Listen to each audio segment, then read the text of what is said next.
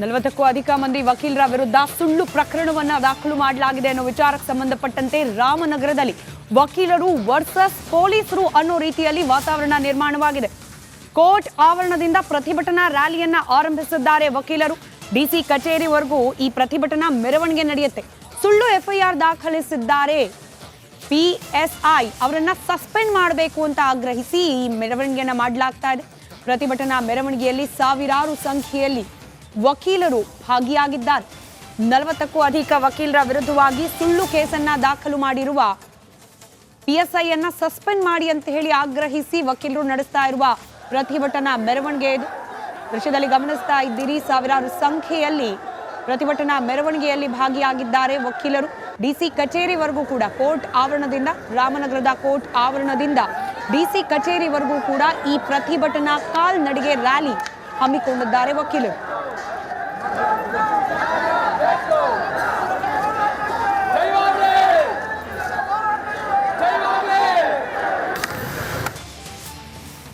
ಪೊಲೀಸರ ವಿರುದ್ಧ ವಕೀಲರು ಪ್ರತಿಭಟನೆ ನಡೆಸುತ್ತಿರುವ ಹಿನ್ನೆಲೆಯಲ್ಲಿ ರಿಪಬ್ಲಿಕ್ ಕನ್ನಡದ ಜೊತೆ ಎಸ್ಪಿ ಎಕ್ಸ್ಕ್ಲೂಸಿವ್ ಆಗಿ ಮಾತನಾಡಿದ್ದಾರೆ.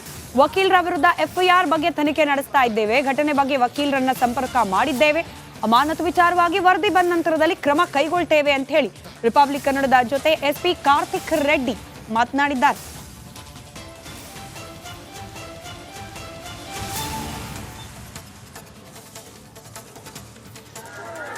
ರಾಮನಗರದಲ್ಲಿ ಸದ್ಯಕ್ಕೆ ಪೊಲೀಸರು ವರ್ಸಸ್ ವಕೀಲರು ಅನ್ನುವಂತಹ ಪರಿಸ್ಥಿತಿ ನಿರ್ಮಾಣ ಆಗಿದೆ. ಫೇಕ್ ಎಫ್ಐಆರ್ ದಾಖಲಿಸಿದ್ದಾರೆ ವಕೀಲರ ವಿರುದ್ಧ ಅಂತ ಆರೋಪಿಸಿ ವಕೀಲರು ಪೊಲೀಸರ ವಿರುದ್ಧವೇ ಈಗಾಗಲೇ ಪ್ರತಿಭಟನೆಯ ಹಾದಿಯನ್ನು ತುಳಿದಿದ್ದಾರೆ. ಐಚೂರು ಇನ್ಸ್ಪೆಕ್ಟರ್ನ ಕೂಡಲೇ ಅಮಾನತು ಮಾಡಬೇಕು ಅಂತ ಆಗ್ರಹಿಸಿ ನಿರಂತರವಾಗಿ ಪ್ರತಿಭಟನೆಯನ್ನು ಮಾಡ್ತಾ ಇದ್ದಾರೆ. ಈ ವಿಚಾರಕ್ಕೆ ಸಂಬಂಧಪಟ್ಟಂತೆ ನಮ್ಮ ಜೊತೆಗೆ ರಾಮನಗರ ಎಸ್ಪಿ ಆಗಿರುವಂತಹ ಕಾರ್ತಿಕ್ ರೆಡ್ಡಿ ಅವರು ಮಾತಾಡೋದಕ್ಕೆ ಸಿಕ್ಕಿದ್ದಾರೆ. ಅವರನ್ನೇ ಕೇಳ್ತೀನಿ, ಏನು ಫ್ಯಾಕ್ಟು? ಕಾರ್ತಿಕ್ ರೆಡ್ಡಿ ಅವರೇ, ಗಮನಿಸ್ತಾ ಇದ್ದೀವಿ ವಕೀಲರು ವರ್ಸಸ್ ಪೊಲೀಸರು ಅನ್ನುವಂತಹ ಪರಿಸ್ಥಿತಿ ನಿರ್ಮಾಣ ಆಗಿದೆ. ಇನ್ಸ್ಪೆಕ್ಟರ್ನ ಅಮಾನತು ಮಾಡಲೇಬೇಕು ಅನ್ನುವಂತಹ ಆಗ್ರಹ ವಕೀಲರಿಂದ ಕೇಳಿ ಬರ್ತಾ ಇದೆ. ಸೊ ನಿರಂತರವಾಗಿ 12ನೇ ತಾರೀಕಿಂದ ಪ್ರೊಟೆಸ್ಟ್ ಮಾಡ್ತಾ ಇದ್ದಾರೆ. ಆದಾಗ್ಯೂ ಕೂಡ ಪೊಲೀಸರು ಈ ಬಗ್ಗೆ ತಲೆ ಕೆಡಿಸ್ಕೊಳ್ತಿಲ್ಲ ಅನ್ನುವಂತಹ ಆರೋಪ ಕೇಳಿ ಬರ್ತಾ ಇದೆ. ಎಸ್ಪೆಷಲಿ ಇವತ್ತು ಇದೇ ವಿಚಾರವಾಗಿ ರ್ಯಾಲಿ ಕೂಡ ಮಾಡ್ತಾ ಇದ್ದಾರೆ. ಏನು ಹೇಳ್ತೀರಿ ತಾವು? ಈಗ ವಕೀಲರು 6ನೇ ತಾರೀಕು ಒಂದು ಘಟನೆ ಆಗುತ್ತೆ ನಮ್ಮ ಬಾರ್ ಕೌನ್ಸಿಲಲ್ಲಿ. ಅದಕ್ಕೆ ಸಂಬಂಧಪಟ್ಟಂಗೆ ವಕೀಲರೊಂದು ಕಂಪ್ಲೇಂಟ್ ಕೊಡ್ತಾರೆ. ಅದನ್ನು ನಮ್ಮ ಐಜೂರು ಪೊಲೀಸ್ ಸ್ಟೇಷನಲ್ಲಿ ಕೇಸ್ ರಿಜಿಸ್ಟರ್ ಆಗುತ್ತೆ.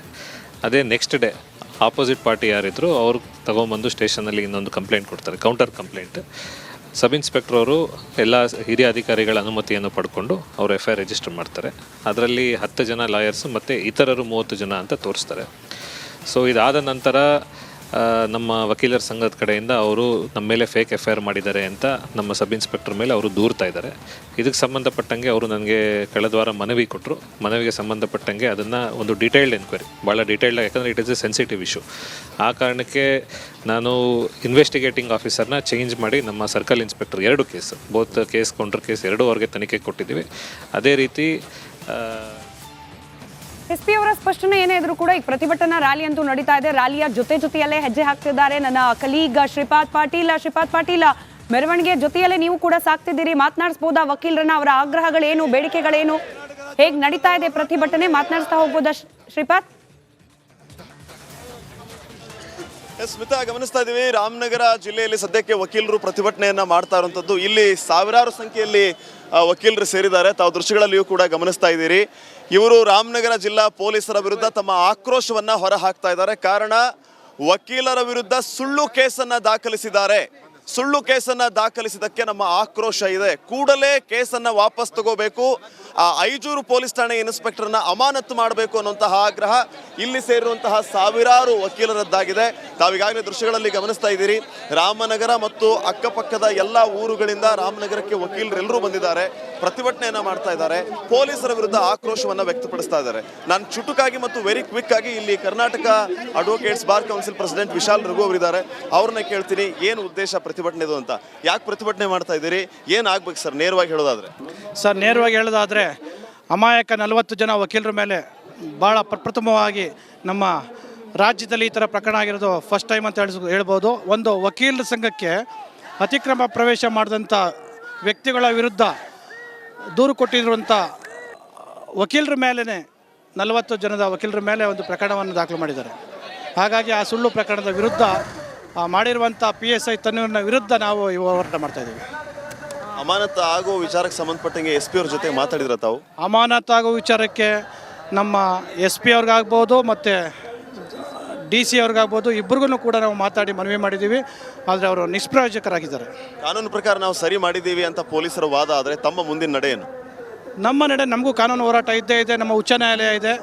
ಇಲ್ಲಿ ನಮಗೆ ಜಯ ಸಿಕ್ಕಲಿಲ್ಲ ಅಂದರೆ ನಾವು ಉಚ್ಚ ನ್ಯಾಯಾಲಯದಲ್ಲಿ ನಾವು ಹೋರಾಟಕ್ಕೆ ಹೋಗ್ತೀವಿ. ನಾವು ಫೇಕ್ FIR ಅಂತ ಯಾಕೆ ಅನಿಸ್ತಾ ಇದೆ ತಮಗೆ? ಫೇಕ್ FIR ಅಂತಂತಂದರೆ ಈಗ ನಿಮ್ಮ ಮನೆಗಿರ್ಬೋದು, ನಿಮ್ಮ ಕಚೇರಿಗಿರ್ಬೋದು, ಯಾರಾದರೂ ಅತಿಕ್ರಮ ಪ್ರವೇಶ ಮಾಡಿದಂಥ ಸಂದರ್ಭದಲ್ಲಿ ನೀವೇನು ಹೇಳ್ತೀರಾ PSI ಅವರಿಗೆ ನಮ್ಮ CCTV ಫುಟೇಜಸ್ ಇದೆ ನೋಡಿ ಅಂತ ಹೇಳ್ತೀರಾ.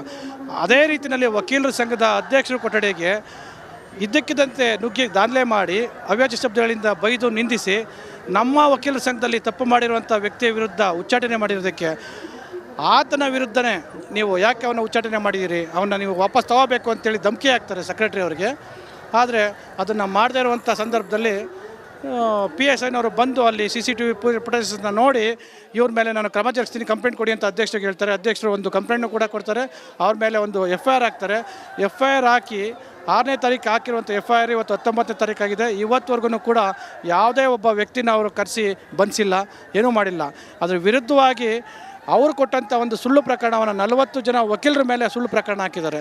ಈ ರೀತಿ ಆದರೆ ಇನ್ನು ಸಾರ್ವಜನಿಕರ ಕಥೆ ಏನಾಗುತ್ತೆ ಅನ್ನುವಂಥದ್ದನ್ನು ನಾವು ನಮ್ಮ ನ್ಯಾಯವನ್ನು ಕೇಳ್ತಾ ಇದ್ದೀವಿ ಅಷ್ಟೇ. ಸೊ ವಕೀಲರ ಪ್ರಶ್ನೆ ಇದಾಗಿದೆ. ಇನ್ನು ಜನಸಾಮಾನ್ಯರ ಕಥೆ ಏನು ಅನ್ನುವಂತಹ ಪ್ರಶ್ನೆಯನ್ನು ಇಲ್ಲಿ ಸೇರಿರುವಂತಹ ವಕೀಲರು ಪ್ರತಿಭಟನೆ ಮಾಡ್ತಾರಂತವ್ರು ಮಾಡ್ತಾ ಇದ್ದಾರೆ. Smita, over to you. Right. ಧನ್ಯವಾದ ಶ್ರೀಪಾದ್ ಪಾಟೀಲ್ ಮಾಹಿತಿಗಾಗಿ.